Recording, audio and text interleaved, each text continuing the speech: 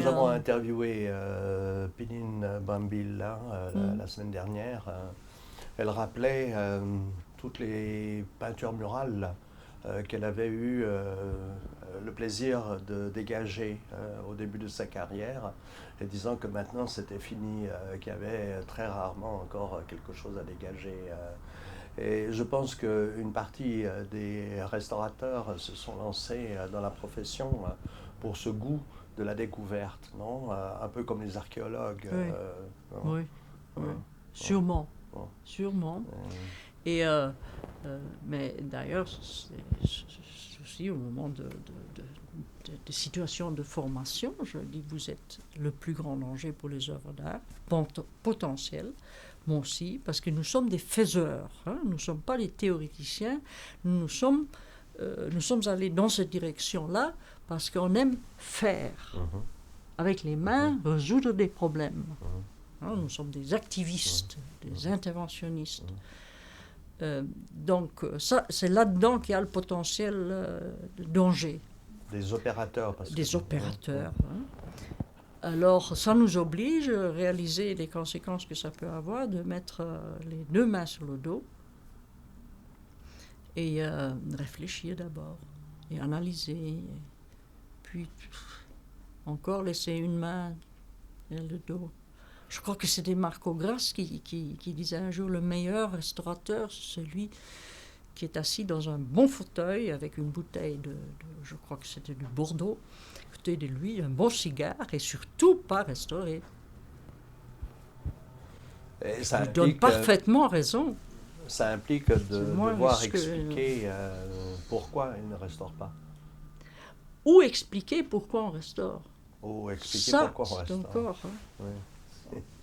Ça ne se fait pas encore suffisamment. Oui. Justifier l'intervention. Hein?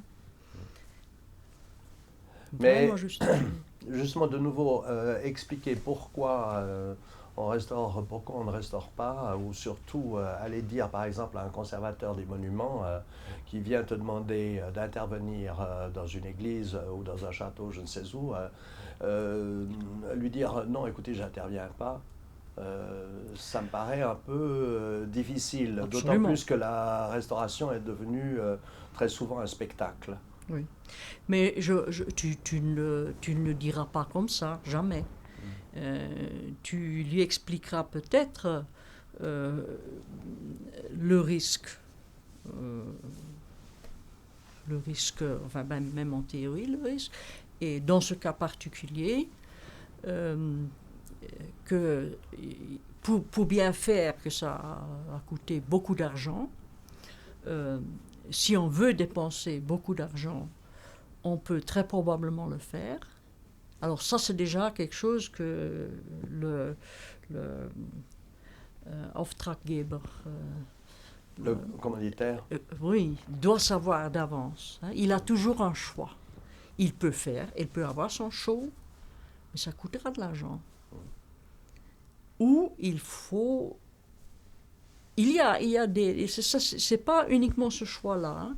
Ne rien faire ou faire pour beaucoup d'argent. Il y a des nuances. Alors, plus expérience, je crois que le restaurateur a, entre le rien faire et de faire quelque chose qui est justifiable, qui améliore l'aspect de l'objet, quoi que ce soit l'objet, qui même donne un petit show à celui qui souhaite un show, mais qui n'a pas l'argent pour le grand show. Plus d'expérience plus de propositions il peut faire dans tous les disciplines. C'est vrai pour la peinture. Tu peux enlever la fumée de cigare. Et pour quelqu'un qui arrive avec un petit tableau de rien du tout, mais très sale, qui a toujours été là dans la Gutestube, et couvert de crasse et de fumée sur un vernis honnête, tu enlèves cette crasse et tu es le plus grand restaurateur au monde. Tu as fait un show extraordinaire, il est ravi et tu lui fais une petite facture de rien du tout parce qu'il a dans le temps enlevé à la salive, maintenant peut-être avec autre chose. Mais Alors, ce genre de... Enfin, c'est un exemple. Même faire un examen sérieux de la polychromie d'une voûte, bien documenté, sûr, pas des petits trucs comme ça, mais des sérieux, qu'on voit réellement ce qu'il y avait, et laisser les surpeints, peut-être, s'il y a raison technique, enlever une partie de surpeint pour arriver à un fond solide et repolychromer Narpefund. Je trouve parfaitement justifiable. J'ai très souvent proposé en monument historique, et ça se fait souvent. Donc il n'y a pas uniquement la grande restauration, il y a d'autres possibilités pour faire plaisir aux clients et sauver l'œuvre. Mais il faut une fois restaurées, les œuvres... réfléchir, pas donner à tout le monde. Une fois restaurées, les œuvres ont besoin d'un entretien, une vérification régulière. C'est très important. Très important.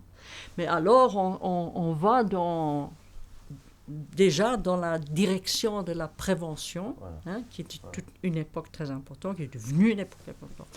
Avant ça, il y avait la réalisation de l'entretien. Et tu as réussi à faire passer cette idée de l'entretien? C'est pas moi qui a lancé cette idée la première. Je crois que c'est un restaurateur privé allemand, Eike Oellermann, qui a fait la restauration d'œuvres très importantes dans la région Schwab et Nürnberg, Schwabacher Hochaltar, etc. Oellermann qui a publié beaucoup sur les brocards, etc. Qui était le premier d'avoir un contrat d'entretien avec une fabrique d'église à Nürnberg pour l'entretien. Chaque année, contrôle, si nécessaire, intervention et certainement entretien où nécessaire. Et il a propagé ça, je crois qu'il l'a publié aussi. Et moi j'ai pris cette idée, je crois que j'étais de nouveau un grand expert dans une commission qui accompagnait une de ces restaurations. Et je dis, c'est ça. C'est évidemment ça. Et je l'ai propagé, mais ça se vend assez facilement. Si on explique aux gens qu'une restauration profonde coûte autant, même d'un bâtiment, coûte autant, un contrat d'entretien beaucoup moins, évite les grands coûts. Aussi pour un bâtiment. Les arguments sont tellement convaincants, on peut calculer ça. Ça se vend. Et alors évidemment les arguments pour la prévention encore plus facilement. Là, pendant tout un moment, au fond, ça c'était déjà... On a commencé ça à Bonn déjà. Même avec des petits trucs idiots qu'on a inventés, qu'une polychromie 19e d'un retable était d'un tel intérêt historique qu'il ne faudrait absolument pas dégager, jusqu'à expliquer ne le faites pas parce que pour bien faire ça va vous coûter autant. Donc, dépendant du cas, on utilisait cet argument-là. Pour sauver l'œuvre, pour sauver ce qu'il y avait encore, pour ne pas intervenir. Et pour les restaurateurs privés, j'ai essayé de leur dire, de cette manière-là, vous pouvez peut-être, si vous pouvez faire une grande restauration pour beaucoup d'argent, ou même le compromis de devoir faire une bonne restauration, mais pour moindre d'argent, c'est pas dans votre intérêt, ou vous faites des restaurations responsables ou des interventions responsables, à la place d'un objet, vous en faites 10. Ça doit être calculable. Le Fonds national de la recherche scientifique. Et je ne parle pas des grandes œuvres, je ne parle pas de la situation de vous probablement, mais je parle du restaurateur qui est souvent confronté dans la Denkmalpflege avec ce genre de choix. Enfin aussi que l'état de l'œuvre ou même la qualité de l'œuvre vaut certainement d'être conservée, mais vaut même pas une très grande intervention. Le Fonds national de la recherche scientifique suisse a promulgué un programme à la fin des années 80 de mesures de conservation des biens culturels. Et c'est un programme qui a duré 5 ans. À la fin des 5 ans, il y a eu un congrès international pour présenter les travaux. Et au cours de ce congrès, il y a eu une discussion. Et j'ai à ce moment-là insisté sur la nécessité de l'entretien des œuvres restaurées. Et le président de la Commission fédérale des monuments historiques m'a répondu que c'était un très beau projet, mais qu'il n'y avait pas les fonds nécessaires. Et ceci au début des années 90. Voilà. C'est un argument très faible parce qu'il n'y a jamais, pour quoi que ce soit, les fonds nécessaires. Il y a les fonds nécessaires, aussi pour les grandes restaurations, des cathédrales ou n'importe quoi, parce que les monuments historiques se battent pour avoir les fonds nécessaires. Donc il s'agit toujours de se battre pour quelque chose. Si on veut faire de l'entretien, on va se battre pour avoir les fonds nécessaires. Donc ça, c'est malheureux. C'est le moins qu'on puisse dire. Oui. Tu quittes l'IRPA, pour quelle raison? Parce que, pour des raisons de la raison, parce que je me trouvais très bien là, j'adorais, j'aimais bien, j'avais une fonction intéressante, contact avec tout le monde, beaucoup d'amis là. On me demandait de prendre la fonction de Willemsen et devenir un fonctionnaire allemand avec tous les côtés pensions, etc., avantages assurés, que je n'avais pas en Belgique. C'était ça la raison. Pure et simple. Donc tu retournes à Bonn. Donc je retourne à Bonn. À la place de Willemsen, qu'au début je partageais avec Jochen Haag pendant tout un moment. Et ça allait très bien. On a bien travaillé ensemble. À un certain moment, Jochen travaillait peut-être plus à l'intérieur, dans les ateliers, et moi j'allais plutôt tourner le pays, travailler ensemble, discuter avec les restaurateurs, ou Kirchenmaler. Donc j'étais plutôt actif à l'extérieur. Jouer le rôle d'expert, en fait. Oui, des monuments historiques. Et aussi, j'essayais de me faire accepter par les historiens d'art, les architectes des monuments historiques. C'était absolument nécessaire, c'était pas facile, mais ça a pas mal réussi. J'avais quand même à ce moment-là suffisamment d'expérience pour proposer des compromis professionnellement justifiables qui ne compliquaient pas la vie à ces architectes. Il est néfaste si le restaurateur arrive et propose quelque chose qui est, du point de vue professionnel, idéal, mais du point de vue de la réalité des monuments historiques, utopique. Alors la prochaine fois, ils ne vont pas te demander. Ça a été très très important. Et j'ai essayé de... S'il y avait des cas où je voyais mal la possibilité de compromis, je dis on va le prendre à l'atelier. On va faire là.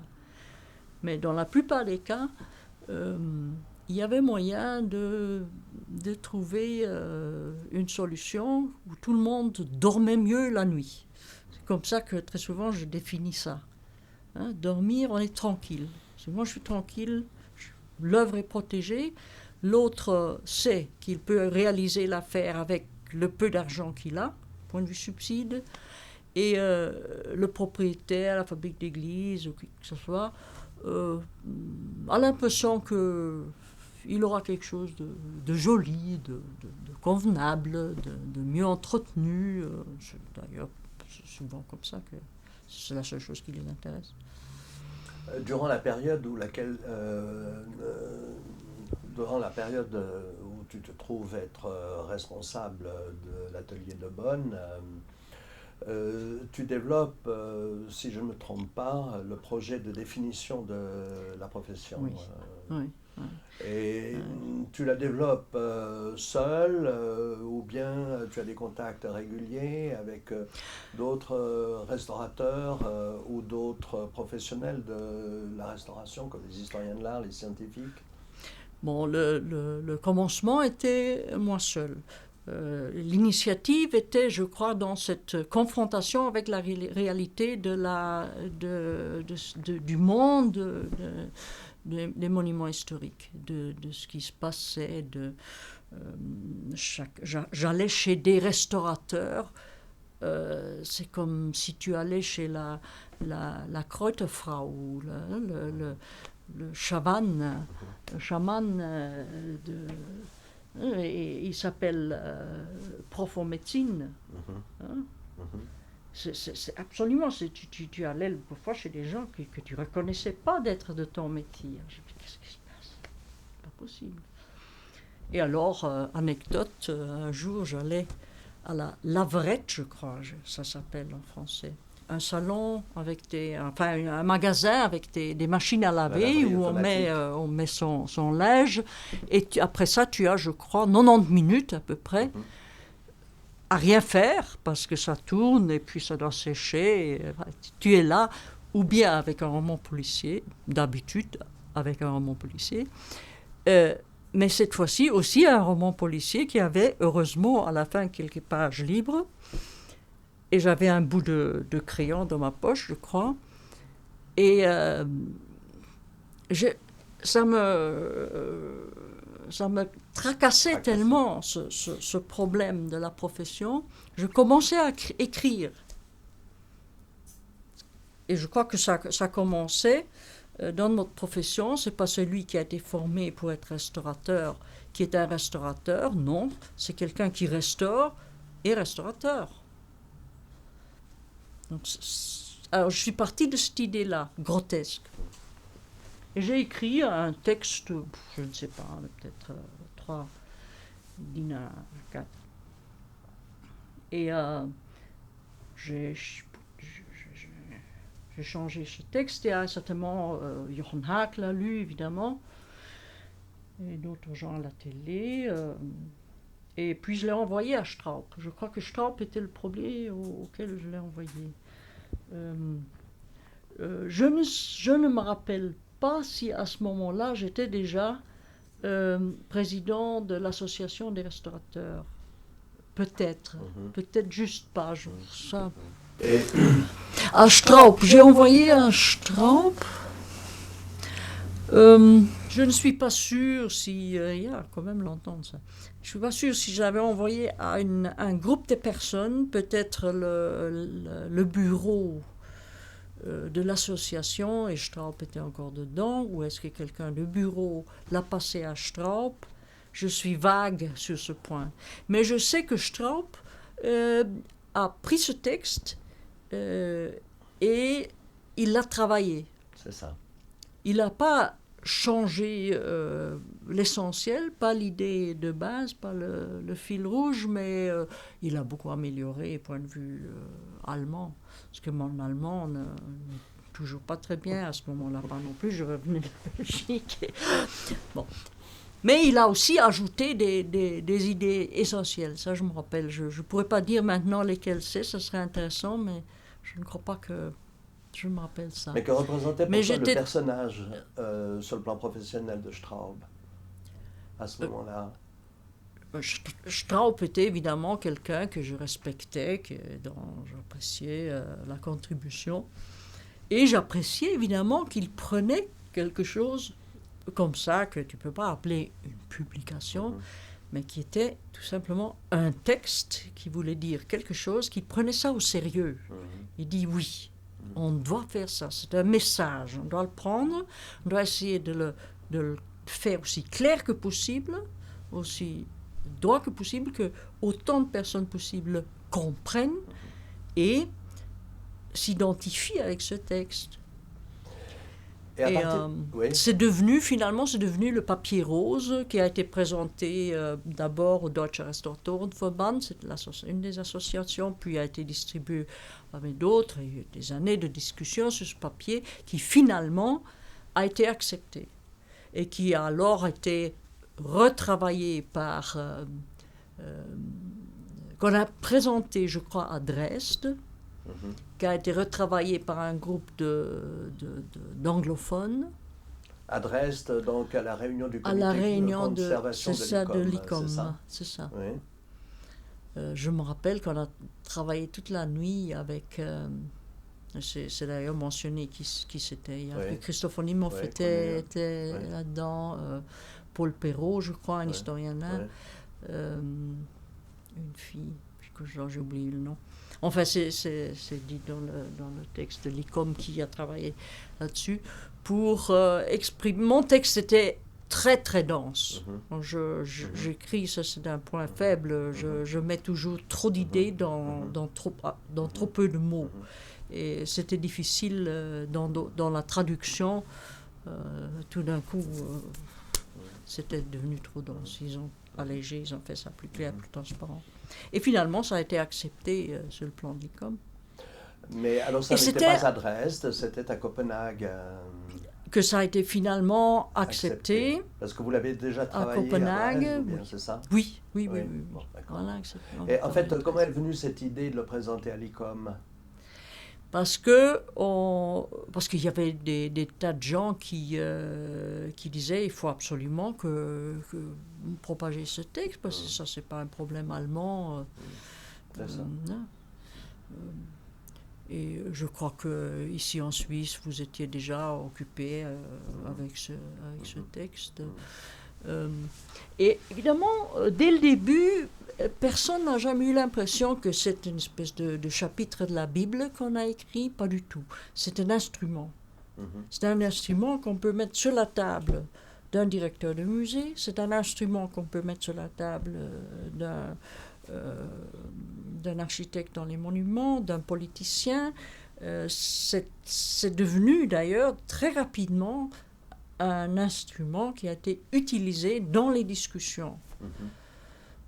Et je crois que ça, c'était le point fort de ce document. Finalement, il y avait quelque chose où, ça c'était important, tout le monde était d'accord, finalement, là-dessus. Et tout le monde disait, je m'identifie avec ceci. Il y avait des petits groupes qui avaient des difficultés pendant très longtemps. Mais bon, je crois que ça a fait son chemin. Des petits groupes de restaurateurs? De restaurateurs, oui. De formation traditionnelle, qui trouvaient ça, enfin, ce langage académique, ils n'acceptaient pas. Mais c'est normal. C'est ça. Et à l'extérieur du monde des restaurateurs, je pense aux conservateurs, aux historiens de l'art, donc, et aux responsables administratifs des œuvres. C'est beaucoup moins évident. C'était très facile de le faire passer à l'ICOM, au grand ICOM, où il y avait certaines personnes qui l'ont présenté, et je n'étais pas, et ça a été accepté. Il y a même une référence dans le code éthique de l'ICOM à ce papier. Donc, en principe, tout conservateur, tout directeur du musée qui s'identifie avec le code éthique de l'ICOM, ou comme avec ICOM, les idées de l'ICOM comme telles, devrait accepter ça. Mais c'est loin d'être évident, je crois. Ça n'a pas encore fait son chemin. Mais bon, on avait évidemment du travail pour faire accepter ça dans les associations.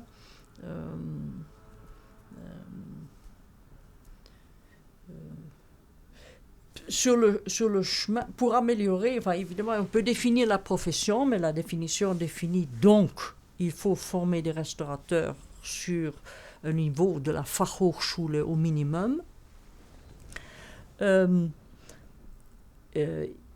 Maintenant, comme on sait, et là c'était du côté politique, il fallait convaincre les instances ministérielles surtout, que ce soit ça le niveau. Heureusement, il y a certains personnages des Fachhochschule qui ont vu leur chance aussi. On dit, tiens, c'est quelque chose qu'on pourrait faire. Et il y a pas le recteur, le chef administratif, il a un titre, j'oublie, de la Fachhochschule de Cologne, qui est M. Lange von Stockmeier, qui est venu me voir et dit, je veux faire ça. Et ça, c'est un personnage fort et bien placé dans la politique en Rhénanie-Westphalie. Il a poussé ça jusqu'à ce qu'il avait des études comme sont là à Cologne.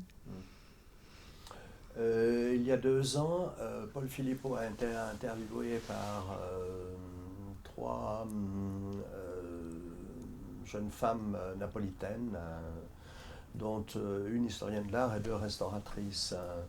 Et Paul a mis en évidence la situation de la restauration en Allemagne, disant que c'était le pays dans lequel les choses avaient évolué de manière favorable le plus rapidement, et grâce essentiellement à une certaine prise de pouvoir, entre guillemets, de la part des restaurateurs par le biais de la publication. Par le biais de la publication, ou certainement de aussi. Leurs travaux. De leurs travaux, sûrement. De se mettre du bon côté de certains journalistes qui ont aidé, oui, dans des journaux importants comme Die Zeit. De grande diffusion, des grandes diffusions, populaires, oui. Mais enfin, le Zeit est d'un niveau assez. Süddeutsche Zeitung, ce niveau-là, Frankfurter Allgemeine Zeitung, qui ont très souvent favorablement ou critiquement rapporté, aussi sur la discussion et les efforts. Et ce qui était difficile en Allemagne, évidemment, c'est la fédération. Il fallait faire la lutte dans chaque land de nouveau. Et là aussi, je me suis battue pour ne pas avoir un restaurateur bavarois, un restaurateur hambourgeois, parce qu'il y avait ce danger. Tout le monde avait des idées magnifiques, on va le faire comme ça, nous on va le faire comme ça. Je dis, non, on doit se mettre d'accord, comme pour les médecins, comme toutes d'autres professions. Si on fait une formation à Hambourg, ça doit être la même qu'en Bavière, qu'à Munich. Et à Cologne, et à Hildesheim, où tu veux.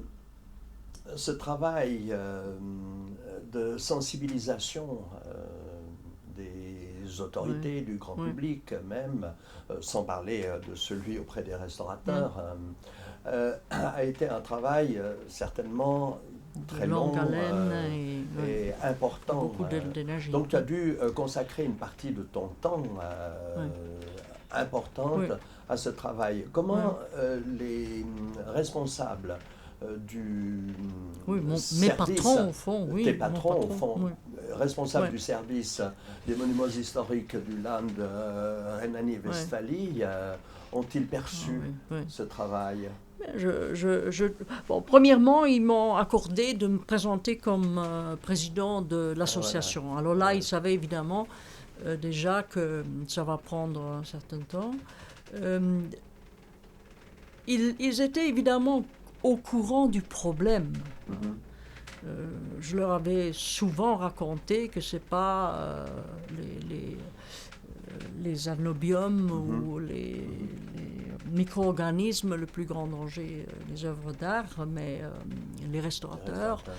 et qu'il fallait faire quelque chose, d'un côté. D'un autre côté, c'était bien que quelqu'un des monuments historiques de Renati était président de l'association. Pour les PR, c'était pas mauvais, d'un côté. Et alors, plus tard, je crois, oui, c'est de cette situation-là qu'ils ont accepté que je me batte, que je visite. J'ai informé mon chef direct, conservateur de Rhénanie, quand je faisais ça, mais ils acceptaient que j'allais au ministère me battre avec un directeur ministériel pour expliquer ou après un certain temps, plus me battre, mais me réunir avec lui et faire un projet, comment on pourrait introduire l'idée dans le Parlement, qu'est-ce qu'on pourrait faire. Lui, il allait rencontrer des fonctionnaires semblables de son niveau, d'autres landes. On était devenus partenaires, au fond. Et oui, ça a pris mon temps, mais c'était quand même possible. Parce que j'avais heureusement un atelier qui fonctionnait. Et tu disais qu'à l'époque où tu as fait ta formation avec Willemsen, vous étiez en tout, Willemsen y compris, 6 personnes. Lorsque tu es arrivé, toi, ensuite, une douzaine d'années plus tard, ça avait déjà pris de l'importance. Ah oui. Il y avait à ce moment-là 3 disciplines, la peinture murale, la sculpture et la peinture. Il y avait donc une spécialisation. Il y avait une spécialisation, il y avait 3 ateliers. La peinture murale et la sculpture en pierre étaient sous la direction d'un restaurateur, Wolfgang Glaise. Et les 2 autres disciplines, sculpture polychrome en bois et peinture, sous Willemsen. Puis Willemsen est mort, et quand je suis arrivée à Bonn avec Jochen Haak, Glaise était encore là pendant, je crois, 2 ans, et puis il allait à la retraite. Alors, on a mis la peinture murale et la sculpture pierre aussi sous nos directives. À ce moment-là, je crois qu'on était 12 restaurateurs, quelque chose comme ça. Et il y avait toujours 12 stagiaires. Donc c'était 1 sur 1, si tu veux. Dans les 3 disciplines, les 4 disciplines, si tu veux. Ça, c'était, je crois, responsable. C'était encore cette ancienne formation, très dirigée vers la pratique, mais on a très rapidement commencé à nous-mêmes donner des cours. Chaque vendredi, on a réuni tous les stagiaires et on a donné des cours de technologie, connaissance des matériaux, attitude critique, tout ce qui nous venait à l'esprit. On a invité des historiens de l'art du Amt pour aussi participer à ça. Ça a assez bien fonctionné. Il y a beaucoup de ces gens que j'ai plus tard rencontrés dans des positions responsables. Et tu restes combien de temps à Bonn? 12 ans. 12 ans aussi. Oui, aussi. Oui. Il faut croire que 12 ans, je tiens le coup. Et puis je dois, Et puis je suis partie à Amsterdam. Et pourquoi tu quittes Bonn? Parce qu'en fait, là, comme à Bruxelles, tu t'étais créé un cercle d'amis, de connaissances. En fait, tu avais développé une vie personnelle. Oui. À Bonn, j'imagine la même chose. Mais il y avait une chose essentiellement différente. J'avais essayé les dernières années de créer un laboratoire. Je ne voulais plus à Bonn. Je ne voulais plus fonctionner sans laboratoire. Et on avait même formé une jeune chimiste. On lui avait donné une formation de 3 ans. D'abord pour devenir restaurateur. Plus tard, on a reformulé cette formation. Elle avait déjà une formation de chimiste en arrivant. Oui, elle était docteur en chimie. C'est ça. Elle est venue chez nous, elle a fait les 3 ans, la pratique. Et on a commencé à l'orienter de plus ou moins vers ce pied disciplinaire qui qui ne fait pas de la restauration, mais qui aide le restaurateur de penser les problèmes et de ses connaissances contribuer à cette discussion. C'était Elisabeth Jägers, qui est maintenant chef d'information à Cologne. Et ça a très bien marché. Et je voulais l'avoir, pas à Cologne, qui était encore à peine évolué, je voulais avoir un laboratoire central, au fond, en Rhénanie, au service de nous, mais aussi des musées qui voulaient. Pas tellement pour faire de la recherche, mais justement pour avoir quelqu'un qui pouvait approcher les problèmes à partir d'une autre base de connaissances. J'ai pas réussi à convaincre les pouvoirs qui étaient à m'accorder ça. Lorsque tu dis j'aurais aimé développer un laboratoire scientifique, c'était un laboratoire essentiellement de chimie. Oui. Non pas biologie ou physique. C'était très, très modeste. Hein. Voilà, c'est ça. Mais évidemment, on avait des universités autour de nous, Cologne, Bonn, avec des facilités extraordinaires. Si j'avais eu là Elisabeth Jägers, peut-être avec un microscope, elle aurait développé tout un network, et je suis persuadée qu'on aurait pu faire beaucoup de choses en collaboration avec d'autres facilités. Et lentement, on aurait peut-être eu 2 microscopes et peut-être encore un chimiste, je ne sais pas. Enfin, j'étais pas du tout ambitieux du point de vue recherche. Je voulais simplement établir l'idée qu'il y a cette dimension. Et venait un coup de téléphone du ministère à La Haye qu'on m'avait proposé il cherchait un directeur pour le laboratoire central depuis un certain moment, et il paraît qu'à un certain moment mon nom a été donné au ministère. Alors je suis retournée chez mon patron au monument historique, j'ai dit ceci ou cela. Alors il a dit, malheureusement, je ne peux pas vous garantir qu'on va réussir ça dans un futur proche. Je dis, alors je suis l'invitation en Hollande, parce que ça m'intéresse. Je connaissais le laboratoire central depuis longtemps, je connaissais les gens qui y travaillaient, et j'ai décidé de faire ça. Donc tu arrives à Amsterdam. Quelle année En 85. 85. Oui, j'ai commencé en 85 et j'ai terminé en 2000. J'ai pris ma pension en 2000, donc exactement 15 ans. Et c'était comme partout très intéressant et comme partout aussi difficile par moments. Mais finalement, je crois qu'on a fait du bon travail. C'était très intéressant. Tu rappelais ce matin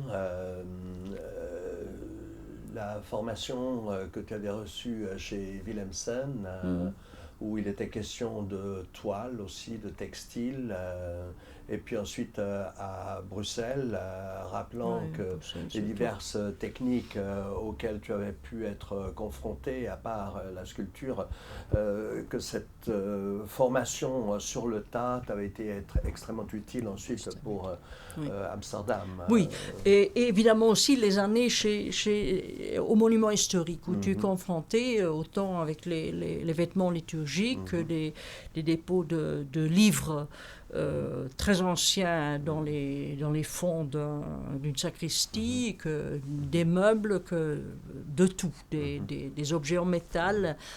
Tu as été confronté avec l'objet comme tel, avec les problèmes de sa conservation comme tel, pas uniquement techniques, mais aussi circonstanciels, les greniers, les caves, de tout.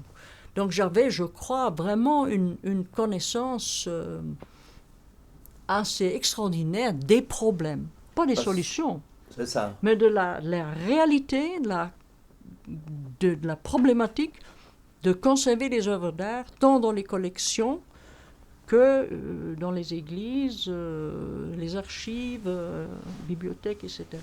Et c'est ça ma contribution, je crois, que j'ai apportée à Amsterdam. Les personnes qui étaient là étaient des personnes internationalement connues, avec une très grande expérience dans leur contexte scientifique. Mais ce qu'ils avaient beaucoup moins, c'était ce contexte de la réalité que j'avais. Et je pouvais les orienter peut-être un peu plus vers une recherche qui tenait compte de cette réalité et qui finalement tenait compte uniquement de ça. Maintenant, c'est sûrement une institution qui fait vraiment du conservation science, de la recherche pour la conservation. Aussi du soutien, la recherche pour le restaurateur qui travaille sur l'objet et qui a besoin de certains renseignements sur l'objet, l'identification des matériaux, etc., des techniques picturales éventuellement, pourquoi est-ce qu'un vernis, j'arrive pas à dissoudre un vernis avec mes moyens, j'ai raisonné, il part pas, non, parce que malheureusement c'est une araldite ou quelqu'un qui a mis de l'époxy dessus. Mais ça, c'est donc une activité qui est orientée vers l'objet. Mais comme on était une institution qui était au service de tout le monde, qui avait une responsabilité continuelle, quotidienne pour les collections, nous, on n'avait pas de collection. C'était dans les musées, dans les archives, c'était eux responsables, c'est eux qui dormaient mal des problèmes. Nous, on était au service d'eux. Ils pouvaient venir chez nous et nous étions là pour essayer de leur aider. Ça, mon grand message était, c'est pas parce qu'on sait qu'on connaît les solutions, mais on est prêt à se mettre à côté de vous pour vous aider. D'un côté, puis on a vraiment fait de la recherche, on a essayé d'identifier nos manques de connaissances, les lacunes en connaissances. Parfois, on a réalisé qu'il n'y a pas de lacune de connaissances, on n'a tout simplement pas bien lu les publications. Alors, on a bien étudié la littérature et on est arrivé que quelqu'un a déjà très bien recherché tel ou tel problème et on pouvait utiliser cette connaissance et donner un bon avis. Mais parfois, on s'est réalisé, ça c'est un problème qui n'est pas suffisamment recherché. Alors à ce moment-là, on a discuté ensemble souvent, est-ce que nous, petits groupes, nous pouvons, est-ce que c'est possible de faire une recherche là-dessus? Et parfois, on a décidé, oui, on va faire ça. Comme par exemple la corrosion de l'encre sur les papiers. Ça, c'est un grand projet qu'on a bien réussi. Et finalement, on a eu des projets avec la commission de Bruxelles. Et non, ça tourne bien. Mais c'est vraiment une institution, et encore la nouvelle institution, parce que ça a été fusionné avec d'autres institutions, maintenant il y a un grand institut là. L'esprit est au service des collections. On n'est pas là pour soi, on est là pour eux. Ça, c'était mon PR pendant tous les 15 ans, j'ai insisté là-dessus. Nous, laboratoires, ne sommes pas là pour nous amuser à faire de la recherche. Non, on est là pour eux. Il faut identifier les problèmes dehors, les prendre chez nous. Est-ce qu'on les comprend? Est-ce qu'on a des connaissances pour éventuellement donner un conseil? Ou est-ce qu'on doit faire de la recherche? Ou est-ce qu'on initie la recherche ailleurs? On était aussi une network function, spin in the web. On avait bons contacts internationaux, on connaissait les collègues, Smithsonian, Getty, Flidder, où veux-tu. On avait une bonne bibliothèque, on était au courant de ce qui se faisait ailleurs, donc ne pas inventer la roue deux fois. C'était gai, je veux dire, et utile. C'est ça qui m'a plu à Amsterdam. Et maintenant, j'ai la paix. Oui, non, mais, là, ça ne fait plus partie de la mémoire vivante des restaurateurs ou de la restauration. Mais ce qui me frappe dans la description que tu fais de ta carrière professionnelle, c'est que tu pars d'une spécialisation pratiquement, parce que tu pars dans le domaine Oui, de la sculpture polychromée. Tu passes à Bruxelles où l'éventail s'élargit et tu reviens à Bonn où entre-temps, les œuvres qui arrivent sont de plus en plus diverses en ce qui concerne les techniques. Et puis, tu termines, en fait, tu passes... Mais aussi la responsabilité de cet atelier est devenue plus grande. Voilà, ce n'était plus uniquement un atelier qui faisait de la restauration, mais c'est un atelier qui donnait des avis ensemble avec les Tu passes de l'œuvre d'art au bien culturel. Oui. En fait. Oui. Et ça correspond à une évolution. C'est très intéressant de voir que en fait, tu suis l'évolution générale dans la conception de l'œuvre d'art qui passe au bien culturel. Et l'économie dans les moyens, hein, c'est très curieux. La prévention, tout le monde a inventé la prévention. À un certain moment, tout le monde donnait des conférences là-dessus. Mais tout le monde avait déjà inventé la prévention, tout simplement parce que partout où il n'y avait pas les moyens de faire ce qu'on avait envie de faire, ce qu'on voulait faire, on s'est réalisé, c'est une avalanche de dégâts. Et partout, ça a un peu évolué de la même manière. Et puis on se rend compte dans les congrès internationaux, et on se réalise, on est un peu tous au même... on est arrivés à la même situation, on réalise les mêmes choses. Mais en même temps que cette notion d'œuvre d'art s'élargit à celle de bien culturel, la formation des restaurateurs se spécialise de plus en plus. Est-ce qu'il n'y a pas là peut-être un paradoxe? Parce que, par exemple, je prends le cas de l'IFROI, où les étudiants entrent à l'IFROI et choisissent tout de suite la discipline dans laquelle ils vont se spécialiser. Est-ce que tu es d'accord avec ce type de formation ou est-ce que tu considères qu'il est nécessaire d'avoir un tronc commun pour une sensibilisation dans le domaine généraliste? Oui, je crois qu'il faut avoir un tronc commun. Je suis pour la spécialisation parce que je crois que comme en médecine, il est impossible de faire la restauration du textile et de la sculpture polychrome. Il n'est plus possible. C'est pas possible. Donc je suis pour une spécialisation, mais aussi à l'IFROI ça a changé. Il y a des troncs communs. On réalise très bien qu'il faut des troncs communs. Et comme j'ai raconté, moi j'ai énormément profité de ce cours de 8 mois où j'étais confrontée très brièvement, mais d'une manière à mon niveau, informer les problèmes d'autres disciplines. C'était suffisant. Et c'était suffisant dans la mesure où tu avais pour m'ouvrir les yeux. Non, mais où tu avais déjà une formation. J'avais une formation, mais je ne connaissais rien en textile. On m'a expliqué le problème de la détérioration des textiles. Et alors, je rentrais à la maison, je voyais mes rideaux, je dis « Ah, c'est la lumière, mais oui, c'est vrai. Tiens. » C'est peut-être primitif, mais enfin pour donner un exemple.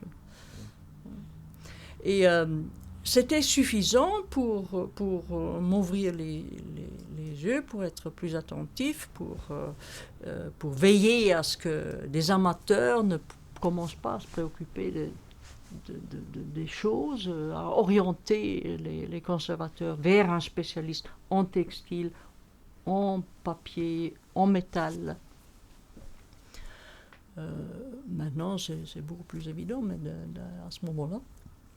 Et je crois que dans la plupart des des formations aussi spécialisées qui soient. Il y a des troncs communs et même pour la prévention, on attire l'attention des étudiants là-dessus. Ils doivent faire des exercices, des projets en prévention, ils doivent s'intégrer dans l'administration d'une collection.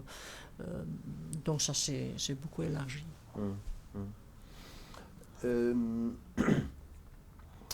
Et je crois aussi, après une spécialisation, on a encore la possibilité, si on aime ce genre de choses, de s'orienter plutôt vers l'organisation, par exemple, des dépôts, une meilleure l'entretien, ce genre de choses, plutôt que d'être assis devant un chevalet et faire une excellente retouche. Si ce n'est pas donné à tout le monde, à commencer avec moi-même, c'est beaucoup mieux de faire de la mauvaise retouche et de bien organiser les dépôts.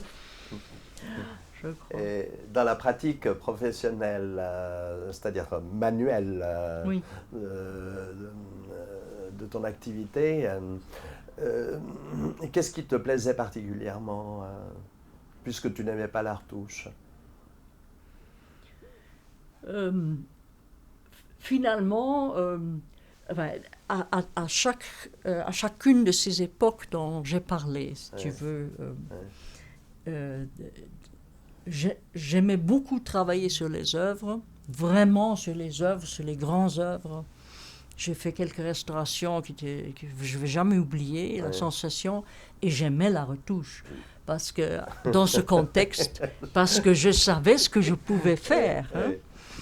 Et le challenge était aussi extraordinaire que d'enlever un surpeint, que faire une retouche telle que l'œuvre commençait à être lisible. Tu peux signaler 2-3 de ces œuvres le Christ, tout au début encore, c'est de la dernière restauration que j'ai fait chez Willemsen, le Christ de Frauenberg. C'est publié. Un grand à Bruxelles, le grand Christ de Forêt, également publié. J'ai reçu un album avec tous mes œuvres que j'ai restaurées à Bruxelles ou qui ont été restaurées. Un album de photos que à l'occasion de ton entrée à la retraite, à ton départ de Bruxelles. Non, j'ai beaucoup aimé ça. J'ai aimé, à un certain moment, j'ai aimé d'être de formation, de parler avec des gens, de discuter, cet échange, de faire passer mes idées et voir comment ils réagissent. J'ai aimé le management, de rendre possible un bon travail des autres. Et d'utiliser le fonctionnement d'une équipe pour montrer comment une institution ça est nécessaire. Comment les spécialistes sont nécessaires pour les musées, pour les archives. Et ça, tu l'as particulièrement développé à Amsterdam. Et avec le recul, par rapport à la situation du laboratoire lorsque tu es entré, à celle qui existait à la fin de ton mandat, quels sont les éléments principaux que tu as pu apporter d'après toi? Je crois peut-être deux choses qu'on a développées, c'est pas moi, hein, c'était toujours un travail qui est aussi intellectuel. Développement de cette notion que nous, scientifiques, sommes là pour les autres et que ça diminue pas notre chapeau de plume, ça le fait même plus gros, plus grand et plus joli. Parce qu'on nous aime mieux, hein, on n'est pas la tour d'ivoire qui s'amuse à faire de la recherche scientifique et les autres encore le regarder. Non, on est là pour eux et que les gens trouvaient ça bien d'être là. Hein, ça, c'est une chose. Et qu'on faisait vraiment de la recherche pour la conservation, étudier les problèmes. Là, je suis allée au point de dire les objets, oui. Les peintures, on va toujours leur donner toute l'attention. Mhm. Il y avait toujours un petit groupe au laboratoire central, il y a Karin Kuhn qui fait la recherche pour la peinture. Mais ce n'était pas mon sujet favori. Par choix, je dis, il y a les archives avec leur immense quantité, avec des problèmes terribles, les grandes collections d'histoire naturelle, les papillons qui perdent leurs ailes, les collections de géologie, les pyrites qui commencent à tomber en morceaux, ou les coquillages, les grandes collections de coquillages. Enfin, ça peut être aussi exotique, mais c'est par définition le patrimoine culturel. Donc, ou bien ce n'est pas patrimoine culturel, alors on ne va pas attacher l'attention, mais puisque c'est défini comme patrimoine culturel, il faut s'occuper de ces problèmes. Et donc on a fixé notre attention sur les problèmes dans les collections. Et on était une petite équipe. Ce qu'on a fait à un certain moment, on a pris, chacun dans cet institut avait une spécialité analytique, parce que tu sais, on peut faire le FTIR et c'est tout. Ou on fait de la chromatographie gazeuse ou la spectrographie ou quoi que ce soit, mais on se spécialise pratiquement sur une technique et quelqu'un d'autre fait une autre technique. Alors on avait tout un groupe, on avait toutes les techniques à la maison et l'appareil. On était bien équipés finalement, on avait un grand laboratoire de vieillissement artificiel aussi. Mais chacun avait aussi une spécialité de conservation. Il y avait des gens qui étaient spécialisés dans l'art contemporain, les problèmes avec les objets contemporains. Il y avait quelqu'un qui était spécialisé dans les cuirs, il y avait quelqu'un qui était spécialisé dans le textile, ça même était les papiers, quelqu'un se spécialisait uniquement sur le traitement insecticide et fongicide, les possibilités, l'évolution. Comme ça, ils pouvaient s'orienter sur un problème. Ils pouvaient travailler dans un groupe de travail l'ICOM. Ils pouvaient vraiment, mais ils étaient au courant, mais au plus haut niveau de l'état de connaissance dans leur discipline, la discipline que je leur avais proposée ou qu'ils m'avaient proposée. Je dis oui, on va faire ça, c'est ça qu'on a besoin. Et ça a bien fonctionné parce qu'au fond, on a doublé un peu le potentiel de l'institution. Lorsqu'on a interviewé Paul Philippot, il nous a dit qu'il trouvait que la place de la science dans le domaine de la restauration était trop grande et qu'il fallait redonner une place centrale aux restaurateurs. Oui et non. Bien sûr.